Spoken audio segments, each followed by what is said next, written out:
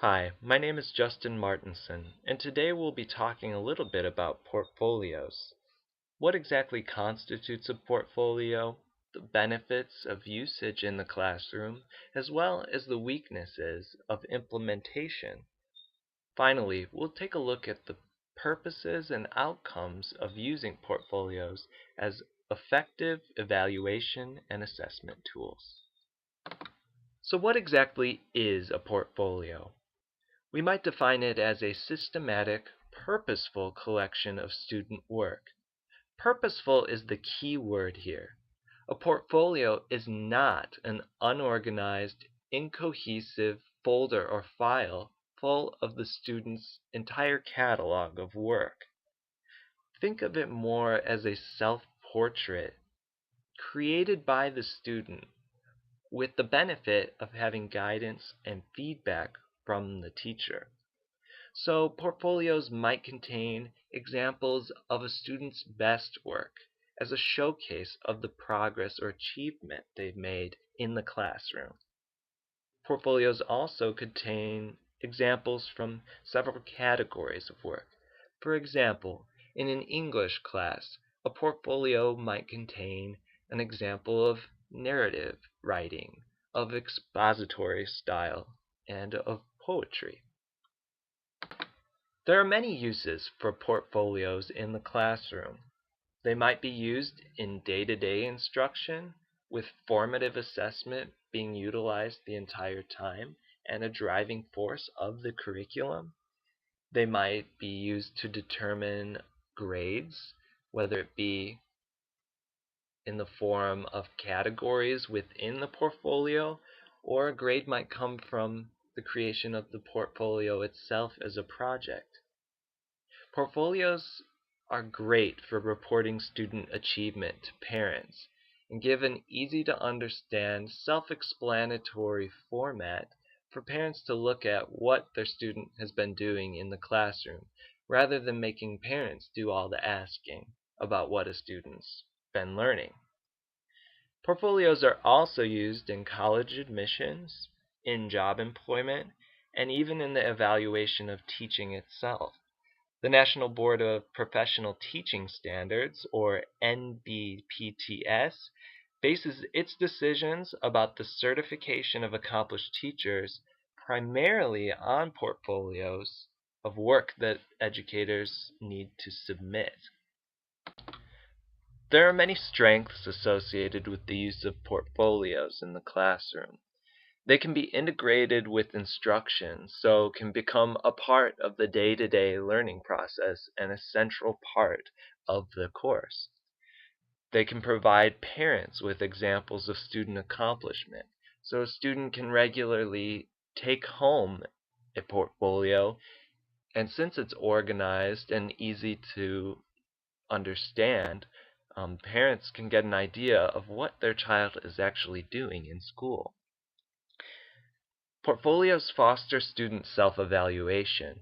So after each assignment that is inserted into the portfolio, a student might write down his or her strengths, weaknesses, how he or she might want to improve in the future. They also have something to look back on and say, I did this well. And it can give them a better sense of who they are, what they are good at, and what they need improvement on in their learning careers. Strengths also include providing a mechanism for student-directed conferences with parents. So, in a parent-teacher conference, a student can actually be the leader of the conversation and show what he or she has been doing in class.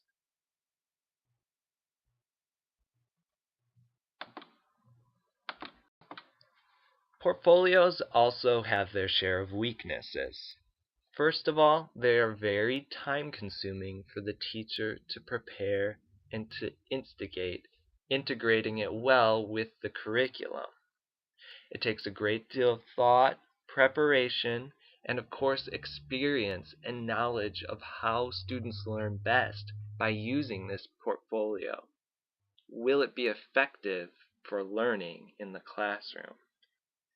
Portfolios are unreliable and that it is difficult to establish a clear scoring criteria. A portfolio in one class might look something totally different than a portfolio in another classroom. And it takes a great deal of thought as to how scoring will be accomplished. Will the portfolio count for the entire grade of the year or semester? Or will each assignment have a different weight? And how will those assignments be weighted? How will they be categorized in the portfolio?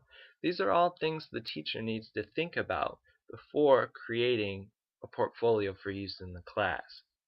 Finally, it is very easily to go down the road where a portfolio ends up becoming an organized folder that really doesn't come together to create a piece of work that a student can effectively self-evaluate. According to Arter, Spandl, and Colham, there are fundamentally two global purposes for creating portfolios of student work. This includes A, student assessment, and B, instruction.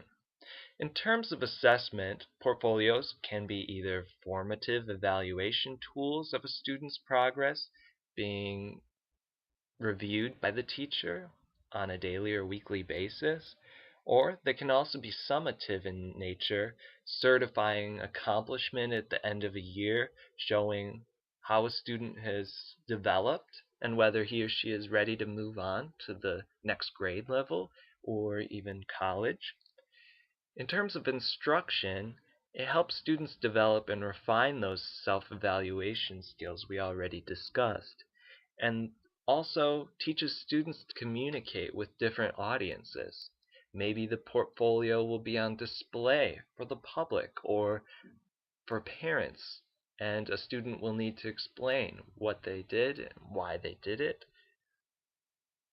Students might also use portfolios as a means of something to share with other students, so they develop their communication skills that way. And finally, students might use the portfolio to develop their communication skills with their parents and help connect parents to the learning process that's taking place in school. There is a spectrum of types and purposes for portfolios in the classroom. As we already discussed, they could be used for assessment or instruction. They could be used to show off current accomplishments, or could rather show progress over a longer term.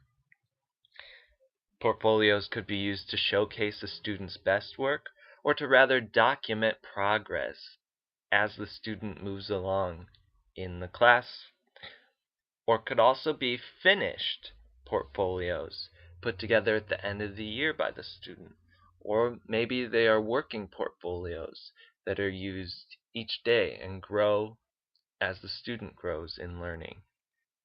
All of these dichotomies are not necessarily set in stone, where there's a rule that a portfolio needs to be a showcase portfolio or a documentation portfolio, an assessment portfolio or an instruction portfolio. Usually portfolios in their design fall somewhere in between all of these categories. Defining, implementing, and using portfolios correctly is important in creating effective evaluation and assessment tools. First of all, and perhaps most importantly, a teacher must specify the purpose of the portfolio. Will this be an organizational tool for use of formative assessment in the classroom, or is this going to be more of a capstone or showcase portfolio that a student's going to take home at the end of the year? It's important to provide solid guidelines for selecting portfolio entries.